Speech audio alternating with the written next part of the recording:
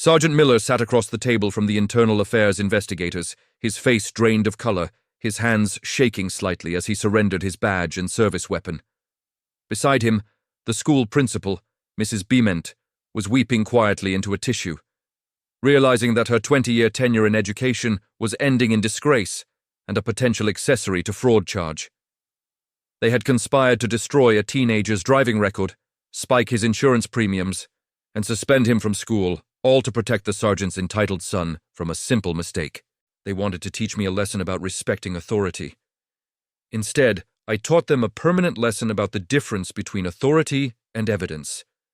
To understand how a minor parking lot fender bender escalated into a career-ending disaster for two pillars of the community, we have to go back to that Tuesday afternoon. I was sitting in the high school parking lot, specifically in the designated pickup lane near the gymnasium. I was there to pick up my younger sister Emily from her volleyball practice. I had arrived about 15 minutes early because I liked to get a good spot near the exit. I put the car in park, engaged the emergency brake, and, this is the most crucial detail of the entire story, I turned the engine off.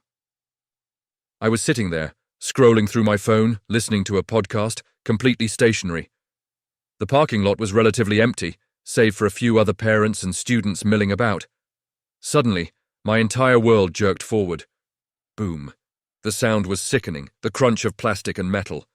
My head snapped back against the headrest, and my phone flew out of my hand and clattered into the passenger footwell. For a second, I was just stunned. I looked into my rearview mirror and saw the grille of a massive lifted pickup truck dominating the view. It was practically in my back seat. I took a breath, checked to make sure I wasn't injured, and stepped out of the car. My rear bumper was decimated. The trunk was crumpled inward. The driver of the truck was already hopping out. He was a senior, wearing a varsity football jacket, looking more annoyed than concerned. I recognized him vaguely. Tyler Miller. He was the kind of kid who walked the halls like he owned the building, usually because his father was a well-known sergeant in the local police force. Tyler walked around to the front of his truck, which barely had a scratch on its heavy-duty steel bumper. He looked at my crushed sedan, then looked at me, and let out an exasperated sigh. "Dude," Tyler said, throwing his hands up, "what is your problem? You can't just throw it in reverse without looking." I blinked, genuinely confused. "Excuse me?" "You backed right into me," he said, his voice rising so the nearby students could hear. "I was driving down the lane and you just whipped out of the spot. You didn't even check your mirrors." "Tyler, my car was off," I said, pointing to my vehicle. "I've been parked here for 20 minutes. The engine isn't even running." "Don't lie, man," he scoffed. "You saw me coming, realized you were going to hit me, and then tried to shut it off to look innocent. That's a classic move." "That is physically impossible," I said, trying to keep my voice calm. "I was stationary. You rear-ended me." He didn't listen. He pulled out his phone. "I'm calling my dad." "Go ahead," I said. "Call the police. We need a report anyway." "No, I'm calling my dad," he emphasized. "He's a sergeant. He'll sort this out." He made the call, speaking loudly about how some idiot just smashed into his truck.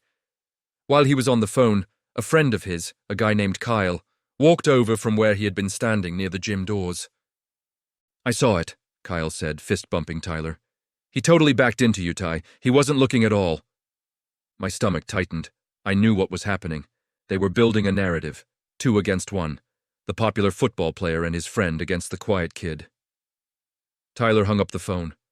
"My dad is around the corner. He's coming." 5 minutes later, a police cruiser rolled into the lot. Sergeant Miller stepped out. He was a large man, imposing in his uniform, with the kind of demeanor that demanded compliance. He didn't walk over to ask if everyone was okay. He walked straight to Tyler, put a hand on his shoulder, and whispered something to him. Tyler pointed at me, then at my car, pantomiming a reversing motion. Sergeant Miller nodded, his face hardening. He walked over to me. "License and registration," he demanded. No greeting, no what happened. I handed them over. "Officer, I was parked. Your son hit me." "My son says you backed into him," Miller said, looking at my license with disdain. "And he has a witness who confirms it." "The witness is his best friend," I argued. "And my car was off. Check the hood, it's cold." Miller didn't check the hood. He handed my license back. You're looking at a citation for improper backing and failure to yield, and since this is school property, I'm getting the administration involved. Mrs. Bement, the principal, came bustling out of the main doors a moment later. She saw the crushed cars, saw Sergeant Miller, and immediately adjusted her posture. She was a woman who valued order and hierarchy, and in her mind, a police sergeant outranked a student every day of the week. What happened here? She asked, looking between us.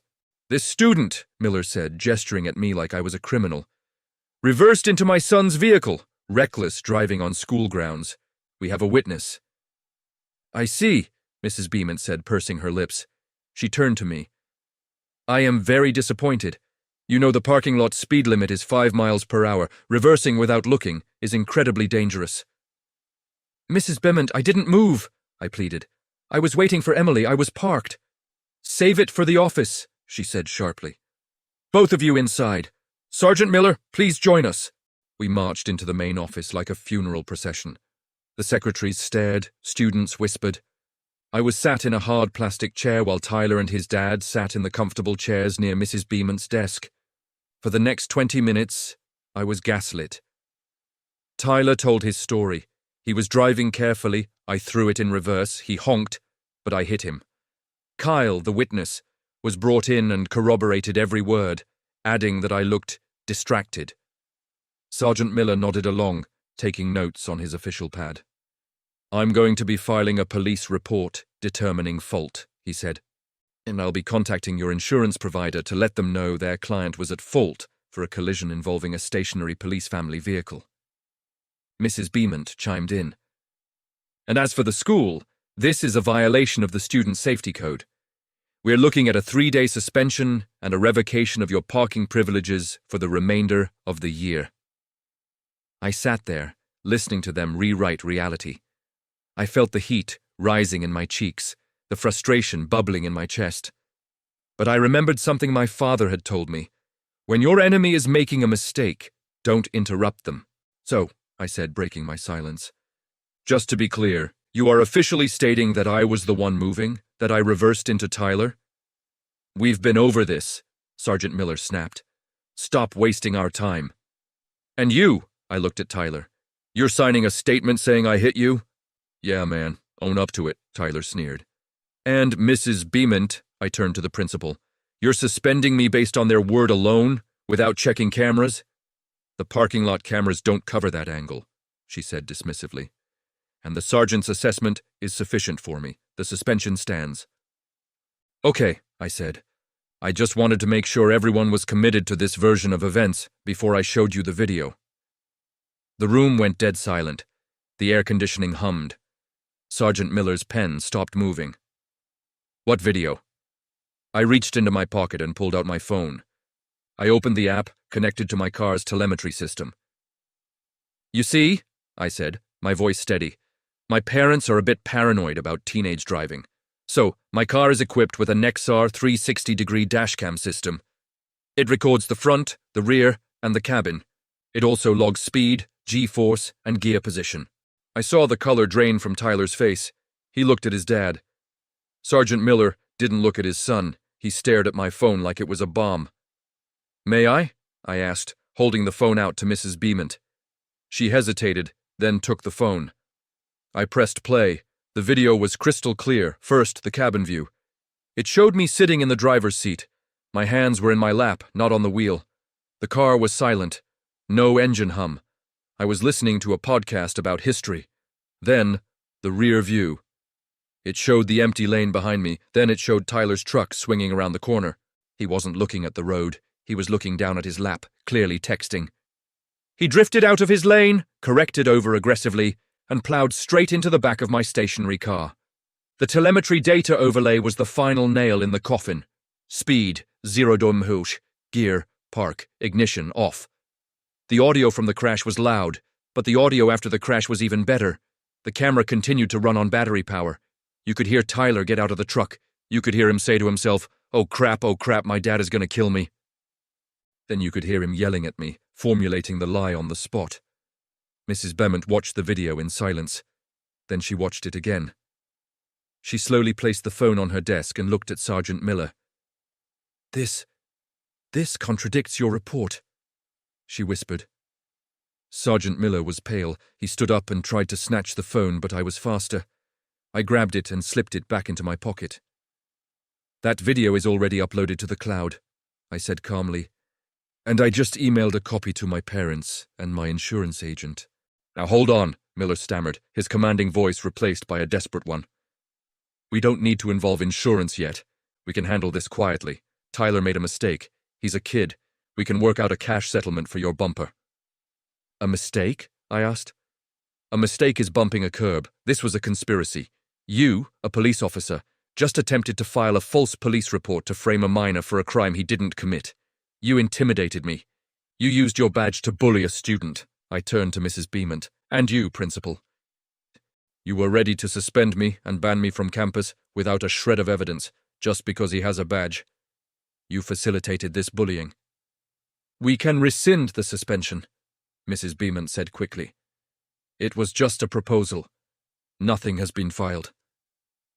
"But the police report was," I pointed out.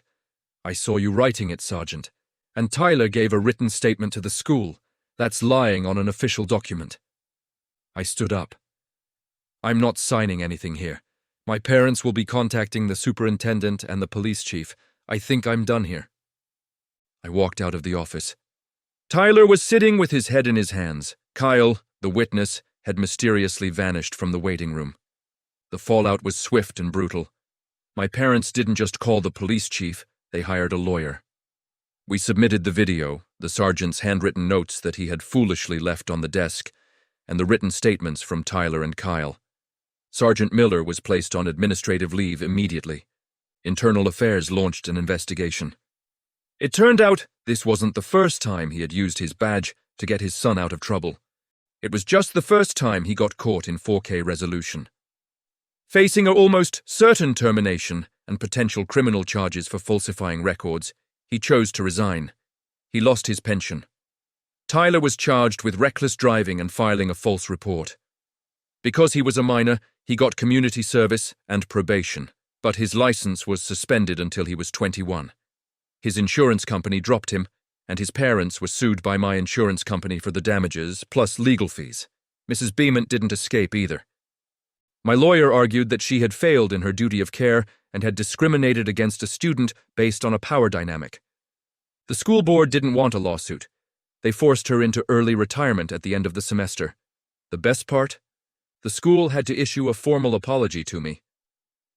A few weeks later, I was back in the parking lot, in a rental car while mine was being repaired. I saw Tyler waiting for the bus, looking miserable. He glared at me, but he didn't say a word. He knew, and I knew, that the balance of power had shifted permanently. They thought they could crush me because I was just a kid in a sedan. They forgot that in the modern world, the truth is often watching from a camera lens. Always check for a dashcam before you decide to lie to the police.